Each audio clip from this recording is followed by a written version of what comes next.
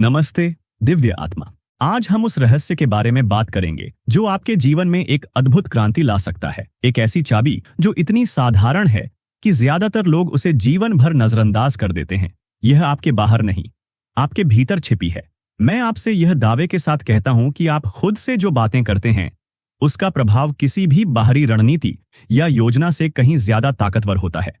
अगले 3 दिनों में मैं आपको एक चुनौती देता हूं। खुद से इतने शक्तिशाली तरीके से बात करें कि आपका मन, जो अक्सर आपका सबसे बड़ा शत्रु बना रहता है, आपका सबसे वफादार साथी बनने पर मजबूर हो जाए। सुबह उठते ही आपके भीतर एक आवाज गूंजने लगती है। यह आपकी आंतरिक आवाज है, आपकी जिंदगी की कहानी का सारथी। कम ही लोग इस खामोश आवाज की शक्ति को समझ पाते हैं। सोचिए, कितनी बार आप खुद को नाकाम, असमर्थ समझते हैं। सालों से मैंने ऐसे लोगों को देखा है जिनके पास सफल होने के सभी साधन थे, फिर भी वे अपनी ही असुरक्षाओं के जाल में फंसे रहते हैं। वे आलसी नहीं होते, उनमें प्रतिभा की कमी नहीं होती, बस अपनी आंतरिक आवाज को अपने साथी के रूप में इस्तेमाल करने का साहस नहीं होता। मैं भी इस आंतरिक आलोचना का बोझ उठा चुका हूं। एक सुबह मैं असफलता की पीड़ा से जूझ रहा था। मेरे लेखन को ठुकरा दिया गया था और मेरे दिमाग में शब्द गूंज रहे थे, तुम यह नहीं कर सकते। लेकिन उस पल मैंने कुछ अलग किया। मैंने आईने में खुद को देखा और एक दृढ़ आवाज में कहा, मैं इस काम के लायक हूं, मैं इसे पूरा कर सकता हूं। पहले तो यह पागलपन लगा, लेकिन उन वाक्यों को 3 दिनों तक दोहराने पर मुझ में कुछ बदलने लगा। वो आलोचनात्मक आवाज एक ऐसे आत्मविश्वास को प्रतिध्वनित करने लगी जिसका अस्तित्व मुझे पता भी नहीं था। ऐसा लगा जैसे दुनिया मेरे खुद पर विश्वास करने का इंतजार कर रही थी ताकि वह भी मुझ पर विश्वास कर सके। यह भाग्य नहीं था, यह एक साधारण लेकिन गहन प्रतिबद्धता का परिणाम था। इसलिए मैं आपको भी यही करने के लिए कहता हूं।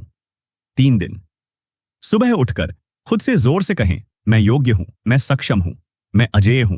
फुसफुसाए नहीं, इन शब्दों को ऐसे कहें जैसे आप अपना भविष्य तय कर रहे हैं। ये शब्द ऐसे बीज हैं जो आपके मन की उपजाऊ भूमि में बोए जाते हैं और कार्यों, आत्मविश्वास और उपलब्धियों में अंकुरित होते हैं। मानव मन इस ब्रह्मांड की सबसे उपजाऊ भूमि है। आप उसमें जो भी बोते हैं उसका प्रतिबिंब आपके हर काम में दिखाई देता है। स्पष्टता की शक्ति। अब जब आपने अपनी आंतरिक आवाज को अपना मित्र बनाना सीख लिया है तो अगला कदम है उसे एक दिशा देना। स्पष्टता और दृष्टि, ये वो चाबियां हैं जो असंभव के दरवाजे खोलती हैं। जब आप ठीक ठीक जानते हैं कि आपको कहां पहुंचना है तो रास्ता खुद ब खुद नजर आने लगता है।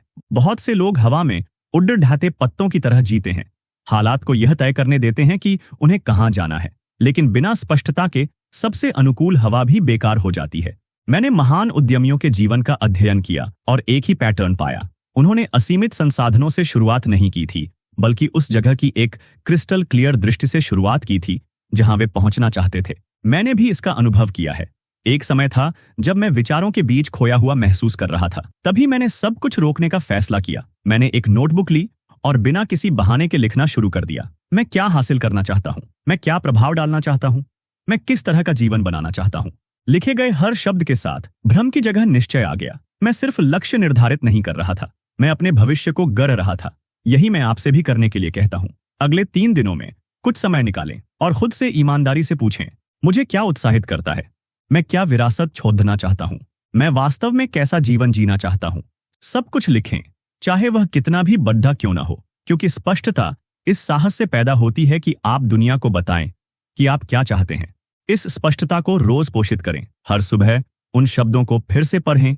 लिखी हुई हर बात की कल्पना करें। जब आपकी इच्छाएं स्पष्ट रूप से परिभाषित होती है तो आप ऐसे लोगों और अवसरों को आकर्षित करना शुरू कर देते हैं जो आपको उन्हें पूरा करने में मदद करेंगे। यह कोई संयोग नहीं है, यह एक प्राकृतिक नियम है कि जिस चीज पर आप विश्वास करते हैं वह सच हो जाती है। लचीलेपन की शक्ति। जीवन कभी सीधी रेखा में नहीं चलता, यह ऊंचाई और गिरावट का एक निरंतर नृत्य है। और सवाल गिरने से बचना नहीं है, बल्कि यह है कि जब जीवन आपको गिराता है तो आप क्या करते हैं। लचीलापन वह अदृश्य ढाल है जो केवल सपने देखने वालों को सपनों को सच करने वालों से अलग करती है। कितनी बार एक क्षणिक हार आपके सपनों के लिए अंतिम फैसला लगती है।